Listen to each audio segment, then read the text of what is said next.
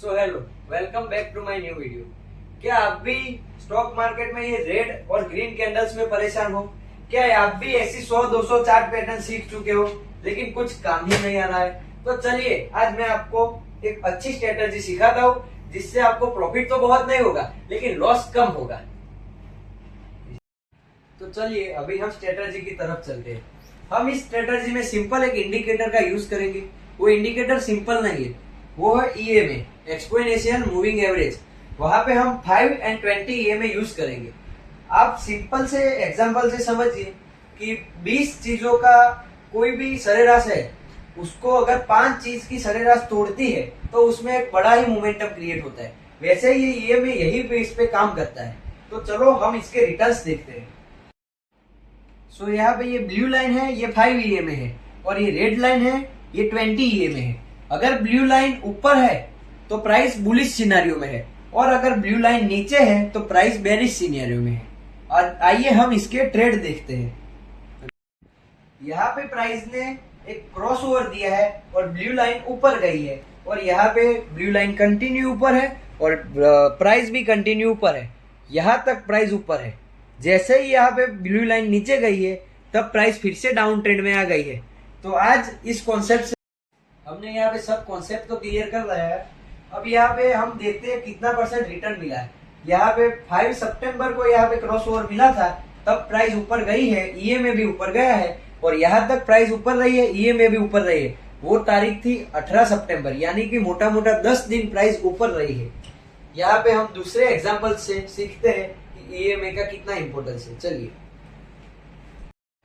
तो यहाँ पे पिछला स्टॉक हमने रिलायंस इंडस्ट्रीज का एग्जांपल लिया था, वो लार्ज कैप था, इसलिए उसमें 10 दिन में 4% का रिटर्न मिला है। अभी हम स्मॉल कैप पे यही चीज देखते हैं। चलिए यहाँ पे आइए।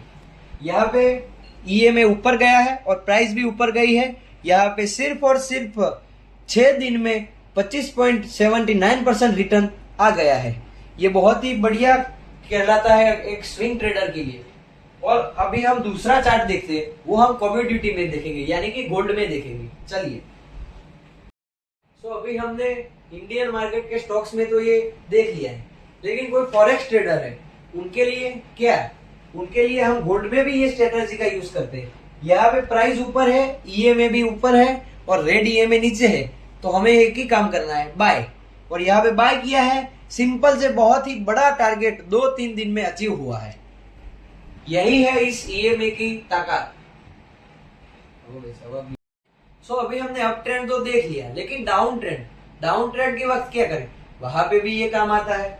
अगर यहाँ पे रेड ईएमए ऊपर आ जाता है और ब्लू ईएमए नीचे आ जाता है, तो यहाँ पे हम सेल साइड पोजीशन बनाएंगे। ये आप देख सकते हैं, यहाँ पे नीचे गया है, यहाँ पे हमने बॉक्स पैटर्न बनाया, यहाँ पे एंट्री, यहाँ पे सेल साइड का टारगेट बहुत ही इजीली मिल सकता है। सो हम यही चीज हम स्टॉक्स में भी देखते हैं। चलो,